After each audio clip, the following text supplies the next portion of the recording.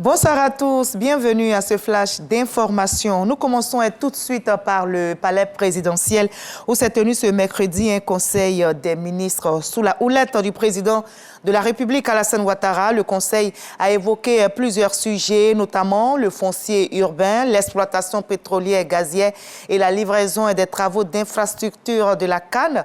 Les dates des examens à grand tirage ont été également dévoilées. Les épreuves démarrent le 7 juin prochain. Je vous propose d'écouter un extrait de l'intervention du porte-parole du gouvernement, le ministre Amadou Coulibaly.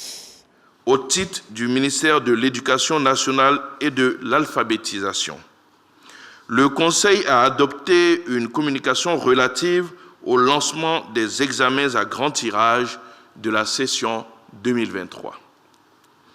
La session 2023 convoquera dans l'ensemble 1 597 045 candidats, dont 782 862 filles et 814 183 garçons, répartis ainsi qu'il suit: 662 375 candidats pour le CEPE, 577 618 candidats pour le BEPC, 10 181 candidats pour le test d'orientation en seconde et 346 871 candidats pour le baccalauréat. À l'instar des années précédentes, l'examen du CEPE ouvrira la session le lundi 5 juin 2023, suivi de l'examen du BEPC, du test d'orientation en seconde et du baccalauréat. La fin de la session 2023 des examens à grand tirage est prévue le lundi 24 juillet 2023 à la suite de la proclamation des résultats du baccalauréat. Les détails relatifs aux dates seront publiés dans un communiqué du Conseil des ministres. Et en attendant ces examens à grand tirage, c'est parti pour la campagne cantonnière 2023-2024. Le prix d'achat du kilogramme de coton graines premier choix est connu. Il est fixé à 310 francs CFA, un prix inchangé par rapport à la précédente campagne. Laquelle campagne, notez-le, a été marquée par une chute drastique de la production qui est passée de 539 000 tonnes à 236 000. Vous aurez quelques détails dans l'édition de 20h. À l'étranger, au Sénégal, la justice requiert 10 ans de prison contre Ousmane Sonko pour viol. L'opposant sénégalais est accusé par une ancienne employée de salon de massage.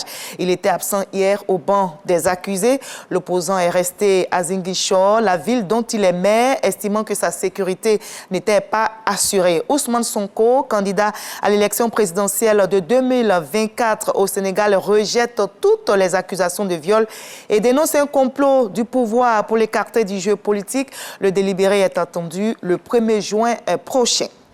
Et toujours sur le continent africain, au Cameroun, des dizaines de femmes kidnappées samedi dernier dans le nord-ouest du pays ont été relâchées par leurs ravisseurs. Ces femmes, au nombre d'une trentaine, avaient été enlevées par des hommes armés au lendemain d'une marche qu'elles avaient organisée pour protester contre des taxes imposées par ces derniers.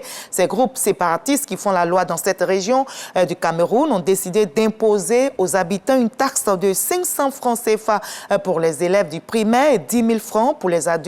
Enlevées puis relâchées, ces femmes qui souffrent pour certaines de blessures aux bras et aux jambes ont besoin d'assistance médicale.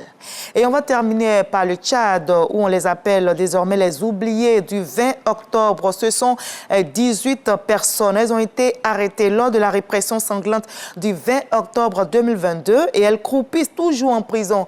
Après donc 7 mois de détention préventive sans procès pour certains, les 18 détenus ont entamé une grève de la faim depuis lundi dernier pour attirer l'attention sur leur cas. De nombreux Cadiens appellent le jeudi noir la répression des manifestations du 20 octobre 2022 contre la prolongation de la transition pour 24 mois supplémentaires et le maintien à sa tête de Mahama Idriss Déby.